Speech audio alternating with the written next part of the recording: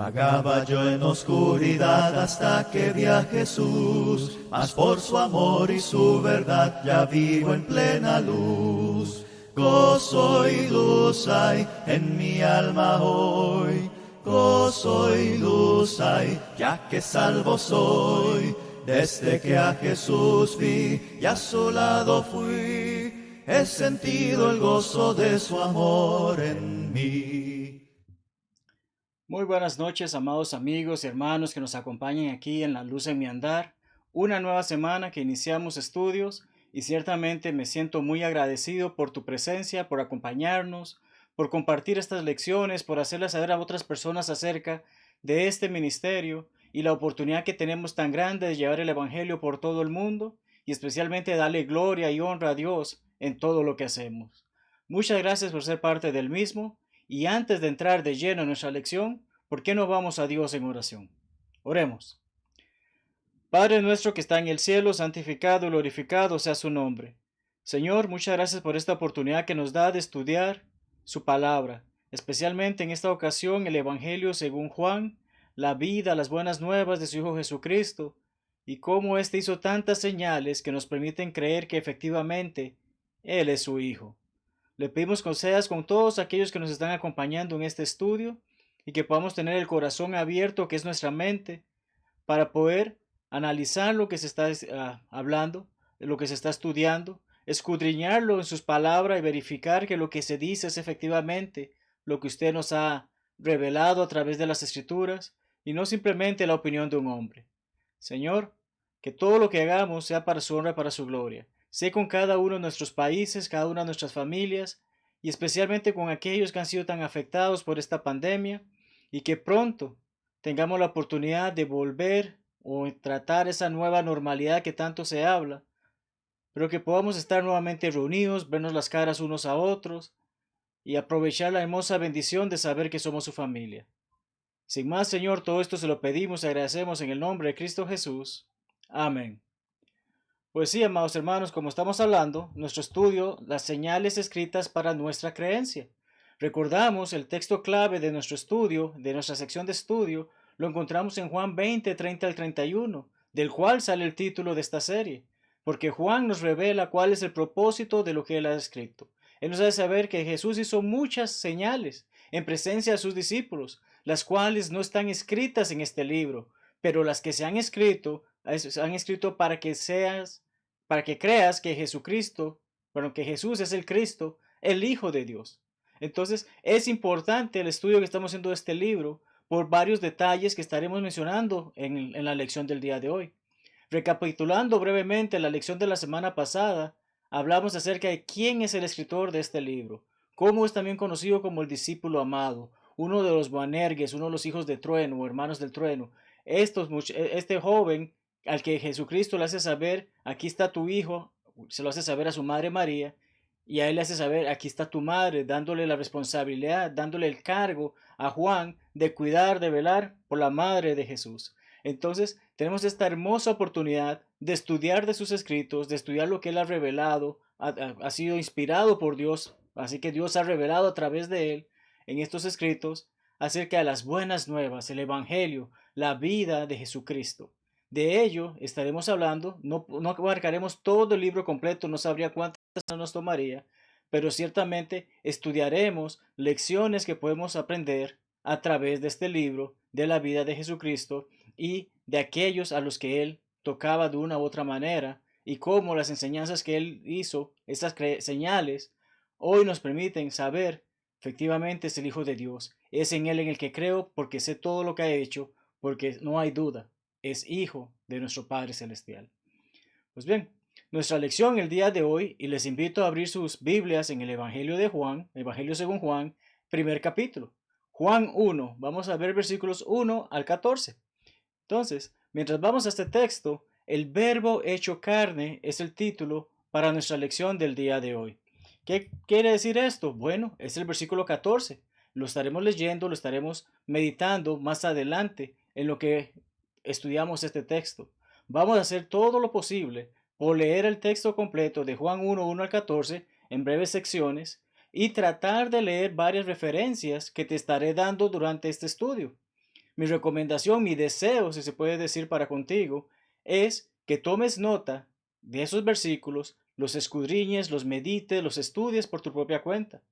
No me molestaré si pones pausa en el video para ir a buscar ese versículo y leerlo mientras continuamos en el estudio. Ciertamente es mi anhelo, es mi deseo que busques la palabra de Dios por encima de lo que este servidor pueda decirte, porque ese es el propósito de lo que estamos haciendo. Un estudio de la Biblia requiere que leamos la Biblia por encima de las opiniones o credos del hombre. Así que continuamos, estamos hablando del verbo hecho carne y vamos a ver que efectivamente en la Biblia tenemos en el Nuevo Testamento, iniciando el Nuevo Testamento, después de esa página en blanco que nos separa del Antiguo, tenemos lo que conocemos como evangelios o los relatos de la vida de Jesucristo, expuestos por 4 hombres. Así que tenemos 4 evangelios o 4 relatos de la vida de Cristo, mejor dicho. Porque en sí los 4 narran las buenas nuevas, narran la vida de Jesucristo, narran acerca de cómo Él vino a este mundo, cómo murió, cómo fue sepultado y cómo resucitó. Pero algunos detalles que quiero que veamos primeramente de cada uno de estos evangelios son los siguientes. Ahora te hago la pregunta. ¿Cuáles son los 4 evangelios? ¿Cuáles son los 4 relatos de la vida de Jesucristo? Ciertamente todo cristiano debe de saberlos y citarlos inmediatamente. Y ya espero que me hayas respondido a la pregunta, a pesar de que no puedo escucharla, sé que la has respondido y sabes que los 4 son Mateo, Marcos, Lucas y Juan. ¿Qué sabemos sobre Mateo, el escrito de Mateo? Bueno, brevemente mencionaremos que Mateo es un judío. Sabemos que era un publicano, que era un recolector de impuestos. Mateo es un judío que escribe a los judíos sobre un judío, porque aquí vemos cómo este enfoque es para Israel. Mateo escribe un enfoque para aquellos que están en Israel. Era recaudador de impuestos, como leemos en Mateo 9:9, en Lucas 5:27. También fue uno de los apóstoles que hablamos la semana pasada acerca de Juan. Él estaba dentro de esos 12 y su propósito era mostrar a los judíos que Jesús era el Mesías. ¿Qué esperaban los judíos? Que llegara el Mesías. Y cuando finalmente llegó, muchos de ellos lo ignoraron. Alentar a los cristianos convertidos del judaísmo. Este evangelio permite saber Cristo sí vino y ha sido convertido a Cristo, por lo tanto sigue fiel en el camino de Cristo. Esto se puede decir es lo que nos ayuda cuando estudiamos el libro del Evangelio según Mateo. Cuando vamos a Marcos, vemos que Marcos escribe siendo hijo de María, otra María, Hechos 12:12, y Colosenses 4:10, las traducciones nos dicen sobrino, pero el término griego dice que era primo, primo de Bernabé. Bernabé, ¿quién fue? Ese hombre que vendió sus tierras y las dio para la iglesia. Ese hombre que apoyó a Pablo cuando los demás despreciaban a Pablo. Todas estas situaciones vemos, hay una conexión entre ellos y vemos que él se apartó del primer viaje misionero. La palabra de Dios nos hace saber eso en Hechos 13:13. Fue con ellos y decidió no seguir en ese viaje. También tenemos que fue discípulo e intérprete de Pedro. Aquí vemos cómo puede un hombre escribir la vida de Jesús si él no fue testigo de ella. Bueno, muy probablemente Pedro le narró todos estos detalles, además de que siendo inspirado por el Espíritu Santo, él pudo escribir todo lo que el Espíritu Santo le revelaba. Entonces, tenemos a Marcos en este sentido, y su propósito era motivar a los romanos que Jesús es el Mesías. ¿Ok? Este libro fue escrito para los que estaban en Roma, una cultura bastante distinta a la de Israel, y motivar a los cristianos en Roma bajo tribulación. Sabemos las dificultades que había allí. Sabíamos que muchos de estos ciertamente no pudieron ver a Cristo caminar en esta tierra, pero este relato de la vida de Jesucristo por parte de Marcos ayudaba a estos hombres a mantener la fe y seguir adelante en la obra. Pues bien, nos quedan 2. Lucas. Lucas, que es conocido como el médico amado, un médico. ¿Esto que involucra? Era un hombre con mucho conocimiento. Era un hombre que tenía mucha cultura, si podemos decirlo de esa manera. Colosenses 4:14 nos dice que era el médico amado y por lo tanto era un gentil, que escribió 2 libros. Este hombre no era de ascendencia judía, era un converso. Entonces, escribió 2 libros y tú sabes cuáles son, ¿verdad? Sí, efectivamente, el libro que lleva su nombre, Lucas, y el libro que nos habla de la historia del inicio de la iglesia, el libro de Hechos. Y entonces, este hombre nos escribe, nos hace saber que él acompañaba a Pablo. Mencionamos como Marcos, no siendo un apóstol, era compañero de Pedro. Pedro incluso llega a llamarle hijo en su primera carta. Entonces, tenemos la relación que había allí. Aquí vemos una relación de que Lucas, que no caminó con nuestro Señor Jesucristo, escribe sobre su vida, pero era compañero de Pablo. Y recordamos que Pablo fue preparado por el Señor para el ministerio. Así fue elegido por el Señor también para el ministerio. Así que es muy probablemente que Lucas también haya registrado lo que Pablo le había comentado acerca de la vida de nuestro Señor Jesucristo, al igual que todo lo que el Espíritu le reveló para que hoy tengamos esos escritos. Tenemos que su propósito era mostrar a los griegos. ¿Ves aquí la cosa? Primero tuvimos a los judíos, luego a los romanos y ahora tenemos a los griegos. ¿Y los griegos por qué eran famosos? Por su conocimiento, por la sabiduría, por el utilizar sus mentes en muchas otras cosas, en estar pensando mucho. Entonces, un hombre con vasto conocimiento, que acompañaba a un hombre que también tenía vasto conocimiento como era Pablo, escribe a estos hombres que se enfocaban tanto en la sabiduría del hombre, a que Jesús es el Mesías y perfecto ejemplo de humanidad. Estos tres hombres que hemos mencionado, Mateo, Marcos y Lucas, ciertamente escribieron en periodos de tiempo muy cercanos, pero muchos años después es que entonces tenemos el escrito por Juan, tema que estudiamos la semana pasada. Pero Juan resulta ser que recordamos era el más cercano de los apóstoles. Jesucristo se refería a él como el discípulo amado y tienes las referencias en pantalla para estudiarlas. Defiende fuertemente la divinidad de Jesús. Cuando decimos esto, quiero que mires en Juan 20:28. Entonces Tomás respondió y le dijo, Señor mío y Dios mío. Juan escribía acerca de Jesús como Dios, y de eso vamos a ver en tan solo unos minutos cuando entremos en el texto de estudio. Pero tenemos este detalle. De los tres, Juan siempre defendió Jesucristo más que un simple hombre. Era Dios, es Dios y sigue siendo Dios. Muy bien. Su propósito, mostrar a toda la humanidad. Por eso es que me encanta llevar a cabo este estudio de este libro, porque este libro no fue hecho para que un judío, conociendo sus tradiciones, sus estudios, lo que fuese que tuviese, se identificara. No era para un romano que se identificara, no es para un griego que se identificara en esa época, sino que Juan, cuando escribe este libro, lo escribe para que toda la humanidad pueda comprender que efectivamente Jesús es el Hijo de Dios y que creyendo en Él pueda tener vida eterna.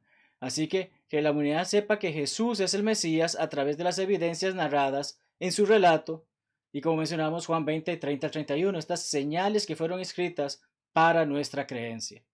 Pues bien, entremos de lleno al texto. Primer versículo de Juan, ¿qué dice?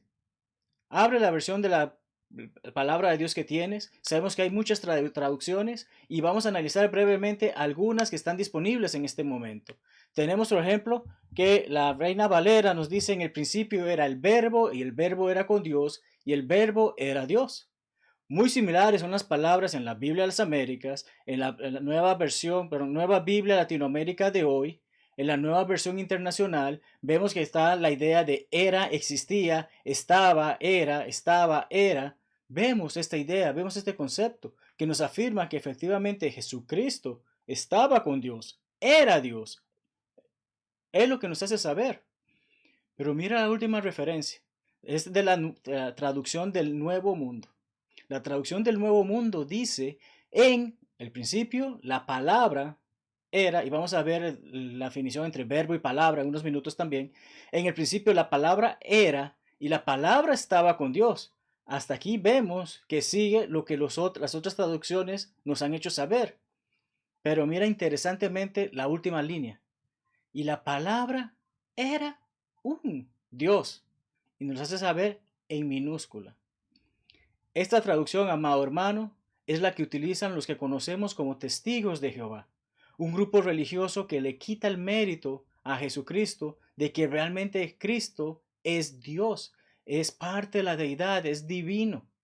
Los testigos de Jehová le quieren quitar ese privilegio, ese honor y realmente esa característica esencial de nuestro Señor Jesucristo, porque ciertamente vino a la tierra y caminó como nosotros, siendo un hombre como nosotros, pero al mismo tiempo era, es y seguirá siempre siendo Dios. Entonces, tristemente, esto es lo que enseñan los testigos de Jehová. Y es de allí que es importante que analicemos la versión de la Biblia que leemos, escudriñemos, busquemos, saquemos lo bueno, examinémoslo todo, tomando lo bueno y desechando lo malo.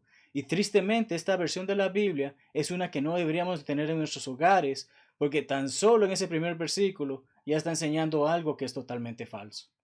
Pues bien, no lo digo yo. Y no lo dice cualquier otro cristiano que no es testigo de Jehová.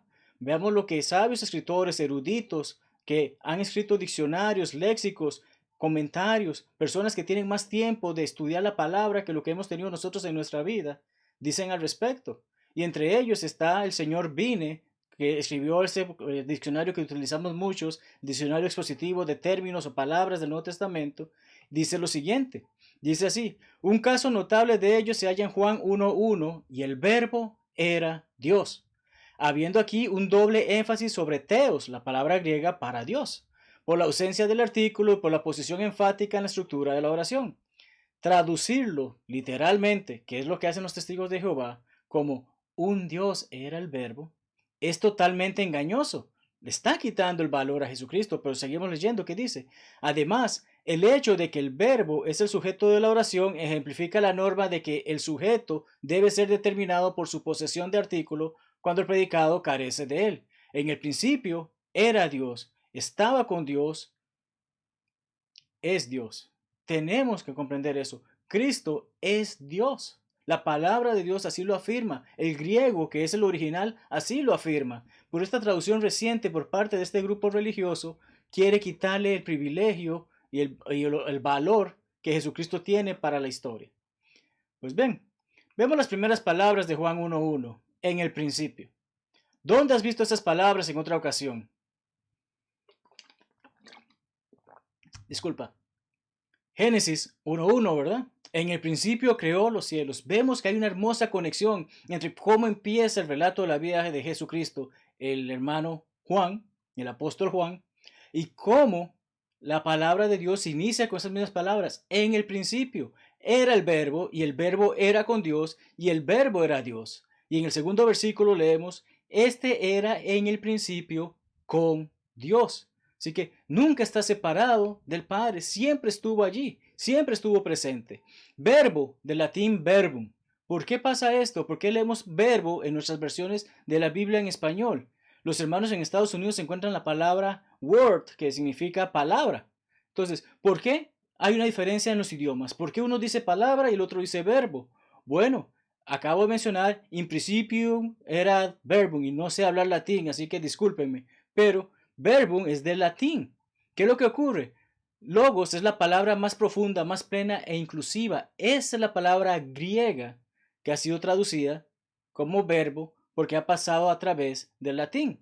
¿Qué ocurría? Las Biblias existentes en lengua castellana en nuestro hermoso español eran traducciones hechas a partir de la versión Vulgata de San Jerónimo de Estridón. San, ya sabemos que es parte de la cultura católica. Entonces, los católicos, al traducir la palabra de Dios al español, no utilizaron el griego, utilizaron una versión del latín. Y el latín tenía esta palabra verbum, por lo tanto, ellos lo tradujeron como verbo.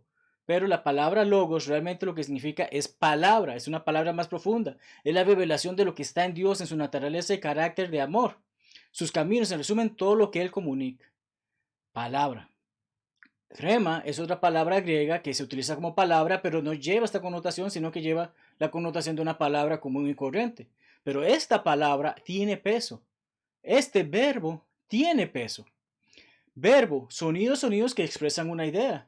Sé que existe un cantante guatemalteco, si mal no me equivoco, que quizás empezó su carrera cantando una canción en la que decía Jesucristo es verbo sustantivo. Vamos a ver que verbo es una acción. Pero aquí, más que esa acción, es la palabra, porque la palabra llega a darle significado a esa acción. Vemos el peso de las palabras. En el cristianismo, segunda persona de la Santísima Trinidad. Así lo define la Real Academia Española en base a su término religioso.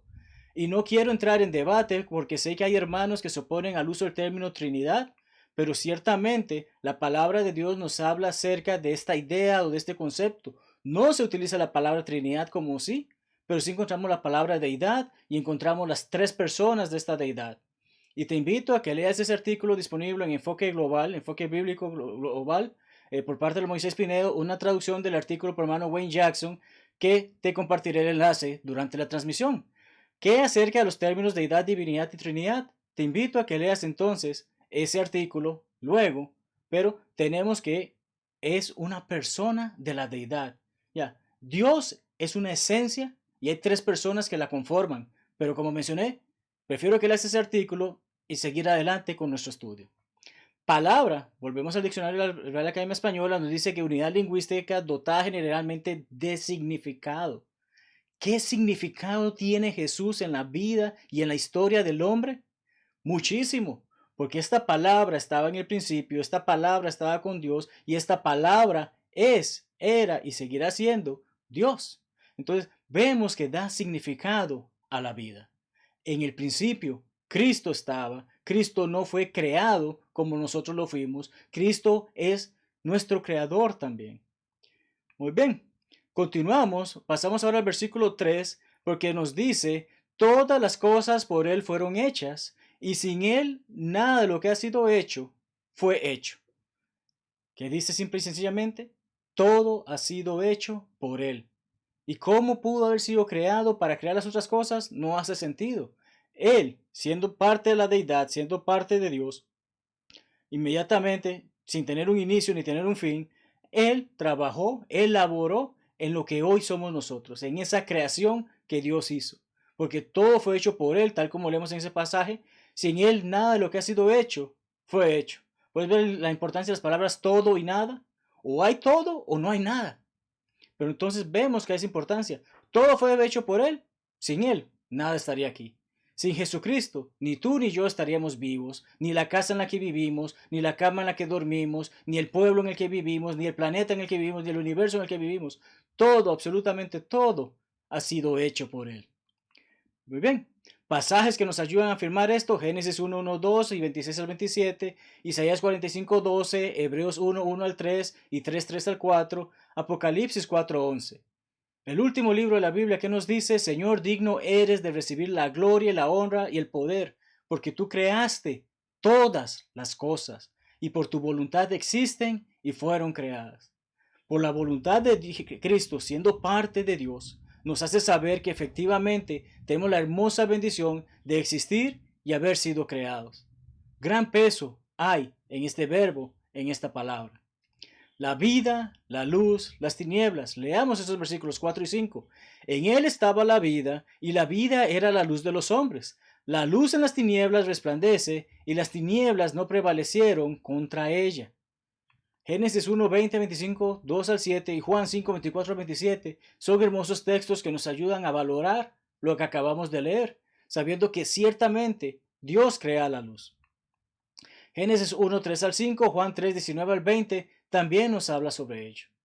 Mi amado hermano y amigo Robert Taylor, en su comentario sobre este libro, sobre el Evangelio según Juan, escribe lo siguiente en la página 12.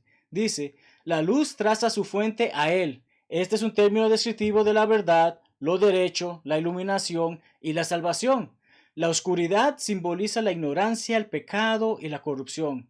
Como luz verdadera, la palabra, el verbo, brilló en la oscuridad. La oscuridad fue impotente para extinguirla. La oscuridad no puede contra Cristo. Y sabemos que la oscuridad es Satanás, es el pecado, es la perdición. No pueden apagar la luz de nuestro Señor. De hecho, toda la oscuridad del mundo es incapaz de apagar una pequeña vela. ¿Puedes prestar atención a esa pequeña frase? Enciérrate en tu casa, apaga todas las luces, pon cortinas oscuras. Y capaz, en el borde de la puerta puedas ver un destello de luz. Porque toda la oscuridad del mundo no puede tapar siquiera una pequeña vela que se enciende. Y hoy, amado amigo, hoy, amado hermano, tú puedes ser esa luz en el mundo de oscuridad de aquellos que te rodean. Hoy tienes una oportunidad enorme de hacerle saber a las personas, Dios es más grande de todo lo que te puedas imaginar y Dios te quiere a ti con Él. Busquemos trabajar en esa manera. Pero continuamos leyendo lo que dice el hermano Taylor. Cuanto más es la oscuridad, si la oscuridad no puede apagar esa pequeña vela, cuánto más es la oscuridad mundana incapaz de apagar toda la brillante luz del mismo Señor de la luz. El que creó la luz ilumina, porque en Él está la luz. En Él no hay oscuridad, no hay rastros de oscuridad. Él es luz día y noche, constantemente. Entonces, vemos cuán hermoso es saber que la oscuridad no puede contra Jesucristo. Y ciertamente, si estamos en Cristo, vivimos fieles a Él, no hay forma de que la oscuridad nos venza. siempre sigamos en esa luz. Siempre sigamos siendo iluminados por Él. Pues bien, pasemos a nuestro siguiente texto, que son los versículos 6 al 8. Hubo un hombre. ¿Quién fue ese hombre? Leamos el texto. El texto dice, hubo un hombre enviado de Dios, el cual se llamaba Juan. Y como estudiamos la semana pasada, no estamos hablando de este escritor, tampoco estamos hablando del que fue el padre de Simón Pedro, el apóstol Pedro. Estamos hablando de Juan, el que se le conoce como el Bautista. Y vemos que este inspirado escritor no le llama el Bautista, simplemente le llama por su nombre, Juan. Hubo un hombre enviado de Dios, el cual se llamaba Juan. Este vino por testimonio, para que diese testimonio de la luz, a fin de que todos creyesen en él. Vemos la misión importante de este hombre. No vino para sobresalir, no vino para ser el hombre que guiaba al hombre. Vino a ayudar a que el hombre conociera venía alguien más poderoso detrás de él.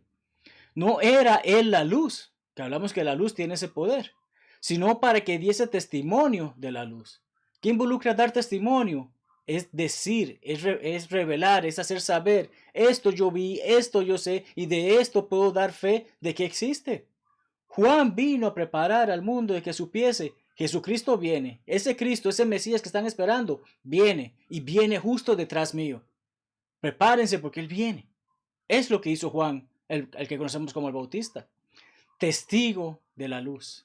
Lucas 1, 3 al 17, 57 al 66 nos habla sobre Juan, de igualmente 76 al 79, 3, 4 al 6, e incluso la profecía de que este hombre vendría a preparar el camino fue hecha por Isaías 700 años antes, como leemos en Isaías 40, 3 al 5.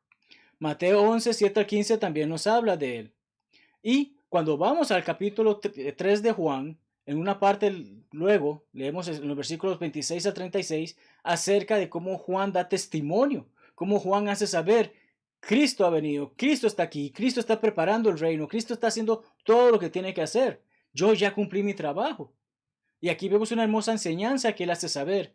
Es necesario que él crezca para que yo mengüe o disminuya, como dice la Biblia de las Américas. ¿Qué nos está haciendo saber Juan? Una importante lección. Hay momentos en nuestra vida en la que hemos de comprender alguien más viene detrás de nosotros. Pero ¿qué ocurre muchas veces con estos hermanos? Yo no voy a dejar de ser alguien importante. Yo no voy a perder mi liderazgo. Yo no le voy a permitir a este jovencito que me quite mi lugar. Yo soy más grande que él. Es triste que hayan hermanos que tengan esta actitud, pero las hay. Pero ¿cuál debe ser nuestra verdadera actitud? Preparar a nuestros jóvenes. ¿Cuántas veces nos quejamos de que no hay jóvenes en la iglesia? Porque les hemos dado la espalda. Porque yo necesito demostrar que soy grande. Yo necesito que soy importante. No. Debemos enfocarnos en ayudar a nuestros jóvenes a que puedan ser conformes al corazón de Dios. Y sé que el hermano Willy Alvarenga estará compartiendo un mensaje sobre esta temática en los días próximos. Entonces, es hermoso saber que debemos de enfocarnos en cuando llega un punto, comprender, hay quienes vienen detrás mío y ellos necesitan crecer y nosotros necesitamos disminuir. Pero es un hermoso mensaje que Juan afirma. La humildad de Juan el Bautista nos hace saber, yo sé que Jesucristo es más grande que mí y yo sé que Él está haciendo el trabajo, yo ya hice lo que tenía que hacer, yo dejo las puertas abiertas para que Él siga adelante con esta obra. Entonces es importante comprender esta lección de humildad que Juan nos da, porque hubo este hombre que fue testigo de la luz, supo quién era Jesucristo, llegó y le bautizó, como hemos estudiado en otras ocasiones, cumplió su labor, ahora debe de seguir en su camino, sabiendo que Cristo va a seguir lo que resta de este proyecto. Pues bien, hablemos de la luz verdadera, que sabemos que es Jesucristo. Leemos versículos 9 al 11. Aquella luz verdadera que alumbra a todo hombre venía a este mundo. Es lo que Juan el Bautista estaba anunciando, hacía saber. Aquella luz verdadera que alumbra a todo hombre venía a este mundo. En el mundo estaba y el mundo por él fue hecho, reafirmando lo que había dicho Juan el apóstol en las líneas anteriores. Pero el mundo no le conoció. Es triste que efectivamente Jesucristo vino a este mundo y fue denigrado, fue ignorado, no fue tomado en cuenta ni siquiera entre los suyos. A lo suyo vino y los suyos no le recibieron. Entonces, analizando brevemente este texto, ¿qué luz es capaz de alumbrar a todo hombre? Sabemos que mitológicamente o históricamente muchas tribus, muchas etnias han adorado al sol como un dios, porque es la luz. Y la luz permite que crezcan los cultivos y la luz ilumina nuestros caminos y la luz hace muchas cosas. Sí, pero ¿es el sol Dios? La respuesta es no. ¿Qué me dicen con respecto a la luna? La luna ilumina en la noche, pero no es luz verdadera, porque la luna ¿qué hace? Reflejar la luz del sol.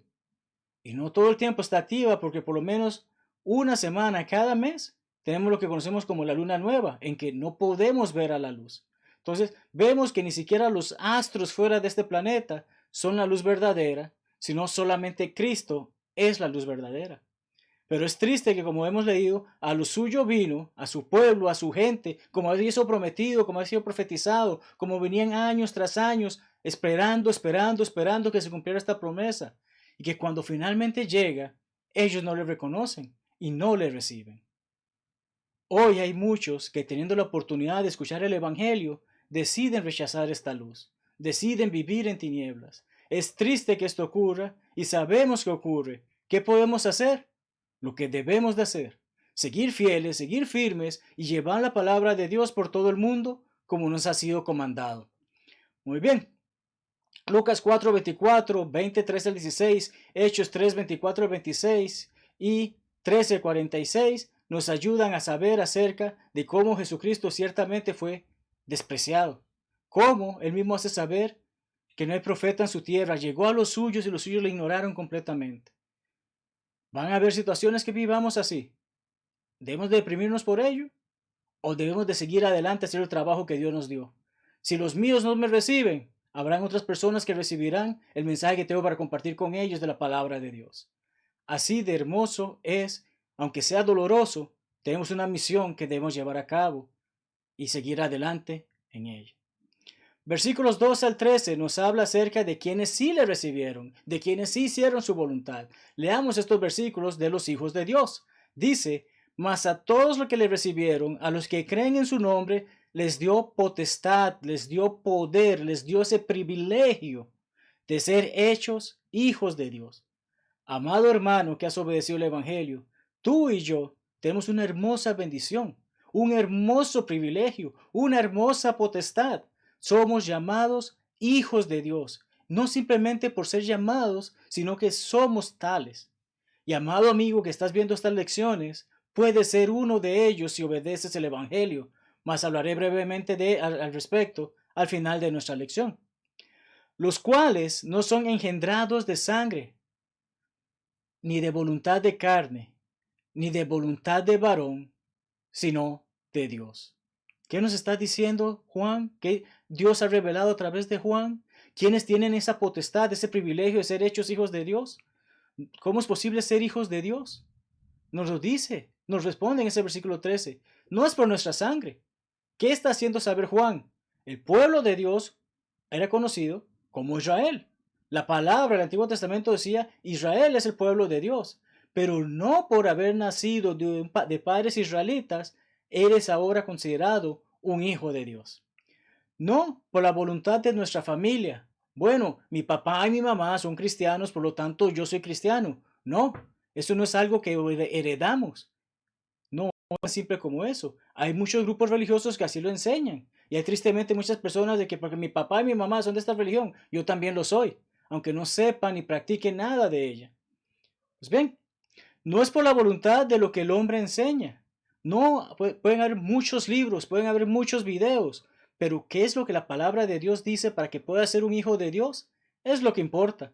No lo que algún hombre por ahí invente o te lleva a ser un hijo de Dios. Es por la voluntad de Dios. ¿Y la voluntad de Dios cuál es? Recordamos que en el bautismo de Jesucristo nuestro Señor habla a través desde las nubes y hace saber: este es mi Hijo amado en quien tengo complacencia. Y en el momento de la transfiguración vuelve a decir las mismas palabras, pero dice: a él oíd. ¿Debo obedecer el Antiguo Testamento para ser salvo y ser un hijo de Dios? Dios ha dicho: a Cristo oíd. no al Antiguo Testamento, no a Elías, no a Moisés. Escucha a Cristo. ¿Y qué ha revelado Jesucristo? El que creyere y fuere bautizado será salvo. ¿Y cómo creo? No solamente con decir creo, sino que involucra que debo ser inmerso en las aguas del bautismo para ser perdonado mis pecados y ser añadido por él a su iglesia. Esa es la voluntad de Dios, porque Cristo dice que Él no vino a hacer su propia voluntad, sino la voluntad de su Padre. Muy bien, el último versículo en nuestro estudio dice lo siguiente. Y aquel verbo fue hecho carne, y habitó entre nosotros, y vimos su gloria, gloria como del unigénito del Padre, lleno de gracia y de verdad. ¿Cómo fue hecho carne nuestro Señor Jesucristo? Isaías profetizó que nacería de una virgen. Mateo nos afirma que efectivamente nació de una virgen, nos da los detalles sobre eso, nos hace saber que sería llamado Emmanuel, que traducido es Dios con nosotros. Dios con nosotros ejemplifica totalmente que Jesucristo fue alguien como nosotros, mas seguía siendo Dios. 1 Corintios 15:47, el primer hombre es de tierra, sabemos que está hablando de Adán, terrenal. El segundo hombre, que es el Señor, es del cielo. Jesucristo no fue hecho producto de un acto sexual entre un hombre y una mujer, sino que una mujer sin conocer a hombre concibió del Espíritu Santo, a quien hoy llamamos nuestro Señor, nuestro Salvador. Es celestial, no es terrenal. Filipenses 2:5-8 nos dice que Él se humilló a sí mismo, haciéndose obediente a muerte de cruz. Ese es el Salvador que sabemos vino a este mundo. Y eso lo hace sumamente especial porque dejó el cielo, sin importarle lo que tenía allí, para venir a ser uno como nosotros. Y aun siendo como nosotros, siendo tentado, jamás pecó. Unigénito. Esta es una interesante palabra. Unigénito es en el griego monogenes. En el latín es otra palabra. Es la palabra, disculpen, se me perdió no tengo la lista, pensé que la tenía las notas, pero es como unigenus, algo así, que es un gen, o lo que indica uno, único, y gens, linaje o familia. Es de una misma familia, es de la misma familia de Dios. Esto hace especial a Jesucristo. Hay muchas traducciones que simplemente el Hijo único de Dios, pero no, unigénito lleva este peso. La palabra griega nos hace saber que 5 veces es utilizada en las Escrituras y las 5 veces por Juan. Hay importancia, hay peso en esa palabra, solo por el hecho de ser algo único. No se trata solamente de ser algo único, sino que es precisamente el único engendrado, ya, de toda la creación, si se podría decir. Nosotros fuimos creados por el deseo de Dios junto con el Hijo, junto con el Espíritu. Pero Dios decidió, lo voy a enviar como uno de ustedes para que haga mi voluntad y para que ustedes se puedan someter a ella. Ahí vemos el peso de esta palabra unigénito. Y cuando vamos precisamente nuevamente al diccionario de Vine, lo define así. Como el Hijo Dios, Él era el único representante del ser y carácter de aquel que le envió. El objeto del apóstol es demostrar qué clase de gloria era la que él y sus compañeros en el apostolado habían contemplado. Juan vio que este hombre no era un hombre normal. Juan llegó a reconocer junto con sus demás compañeros, este efectivamente es el Hijo de Dios. Solo podremos comprender acertadamente el término el unigénito cuando se emplea del Hijo en el sentido de una relación inoriginada. Cristo no fue creado como nosotros. Cristo fue enviado por Dios a que fuese uno como nosotros, pero ya existía antes de nosotros. No tiene origen como nosotros. El Cristo no vino a ser, sino que necesariamente y eternamente es el Hijo de Dios. Jesús no se convirtió en Hijo de Dios por haber hecho la voluntad de su Padre. Ya lo era. Y vino a darnos el ejemplo de cómo nosotros podemos ser hijos del Padre. Él, una persona, posee todos los atributos de la misma deidad. Ello demanda eternidad. El ser absoluto en este respecto, Él no es después del Padre. Él es con el Padre. El Padre y yo uno somos. Juan 10:30, si mal no recuerdo. Hermanos, Jesucristo no fue creado. Y esto es algo que necesitamos siempre recordar. ¿De qué estaba lleno? El pasaje escrito por Juan, versículo 14, nos dice que estaba lleno de gracia. ¿Cómo Dios hace ver su favor hacia nosotros? La gracia de Dios es mostrada en que envió a su Hijo unigénito para que muriera por nosotros y que creyendo en Él tengamos vida eterna. Qué hermoso es saber esa gracia, ese favor que tenemos inmerecido de parte de Dios. Pero también dice que lleno de verdad. ¿Y a qué se refiere con la verdad? La palabra de Dios, la voluntad de Dios, todo lo que Cristo hizo fue con el propósito de satisfacer la voluntad del Padre. Pudo haber usado esa cruz, pudo haber buscado tener un matrimonio, pudo haber hecho tantas cosas que todos los seres humanos hacemos, pero Él se sometió siempre a la voluntad del Padre porque estaba lleno de verdad. ¿Cómo concluimos nuestra clase el día de hoy, amados hermanos? Muy bien. ¿Cómo terminamos, amigos? De esta manera. 4 hombres, inspirados por Dios, nos hacen saber sobre su Hijo unigénito. Cada uno relata eventos distintos, algunos se conectan, pero lo que nos revelan es que efectivamente Jesucristo era el Hijo de Dios. Jesús no es un ser creado, como lo somos nosotros. Jesús ha estado siempre. Hebreos 13:8, Jesucristo es el mismo ayer, hoy y por los siglos de los siglos o por siempre. Jesucristo siempre ha estado. Él vino a la tierra a cumplir un mandato, vino a cumplir la voluntad del Padre, pero siempre ha existido. De ahí que el Verbo era con Dios, estaba con Dios y era Dios. Jesús es Dios, la segunda persona de la deidad, quien habitó y caminó entre nosotros, tal como leímos en el versículo 14. Tenemos también que Jesús dejó su comodidad. Pensémoslo, amados hermanos, es Dios, tiene todo, a Él no le hace falta nada. Nosotros nos hacen falta a veces cosas y a veces nos desesperamos por ellas. Pero Jesucristo, teniendo todo, no lo dudó en someterse a la voluntad del Padre y vino a sufrir en esta tierra. Él mismo nos revela que Él no tenía una cama donde dormir. No tenía quizás las bendiciones que tú y yo tengamos, por más pocas que sean.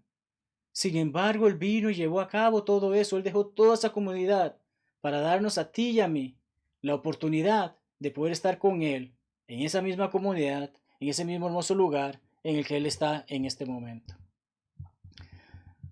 Amado hermano y amado amigo, gracias por haberme acompañado en esta lección de las señales escritas para nuestra creencia. Dios es sumamente grande, Dios es sumamente poderoso, y el apóstol Juan, a través de estas señales, nos hace ver cuán grande es nuestro Señor Jesucristo, cuán bueno es, cuán grato es servirle a Él. Él, siendo Dios, no estimó esta situación y se humilló a sí mismo para venir a vivir entre nosotros, habitar entre nosotros, morir por nosotros y morir en esa horrible cruz, que no le deseamos eso a nadie. Pero son de las señales, especialmente esta señal de que un hombre era Dios y hombre al mismo tiempo, algo que sabemos es difícil de explicar, pero la fe nos ayuda a comprender, ese fue nuestro Señor Jesucristo, y por ello creemos en Él. Hoy, si no has obedecido el Evangelio, quiero que sepas que has escuchado la palabra de Dios, hemos escudriñado la palabra de Dios, hemos visto cuál es su voluntad. Dios tiene grandes planes para ti, tiene grandes planes para mí. Dios desea que sirvamos a Él. Dios no quiere que te pierdas, sino que vengas al arrepentimiento, vengas al conocimiento de la verdad y veas que la palabra de Dios te da el mensaje y te muestra el camino de cómo poder estar en Él. Y solamente en Cristo puedes estar en Él. Por eso siempre te invito, amado amigo, a que obedezcas el Evangelio, que lo hagas inmediatamente, porque no sabes si mañana estarás vivo. Te invitamos a que si tienes dudas sobre tu condición espiritual, nos las hagas saber. Con mucho gusto buscaremos la forma de ponerte en contacto con alguien que te ayude a reconciliarte con Dios. Igualmente para nuestros hermanos que han obedecido, si se sienten débiles, si se sienten que han fallado a Dios, saben que Dios es fiel, justo y bueno para perdonarnos si nos arrepentimos y le hacemos saber, confesamos esas ofensas para con Él. Y que la hermandad conjunto orará por ti y contigo para esa necesidad. Gracias por haberme acompañado en este estudio. Gracias por ser parte de La Luz en mi Andar. Te invitamos a suscribirte al canal de YouTube. Te invitamos a darle me gusta o seguir a esta página en Facebook. Te invitamos a buscar los distintos medios en los que estamos compartiendo estos medios. Pero por sobre todas las cosas te pedimos que también compartas estos materiales. No te los guardes para ti solito.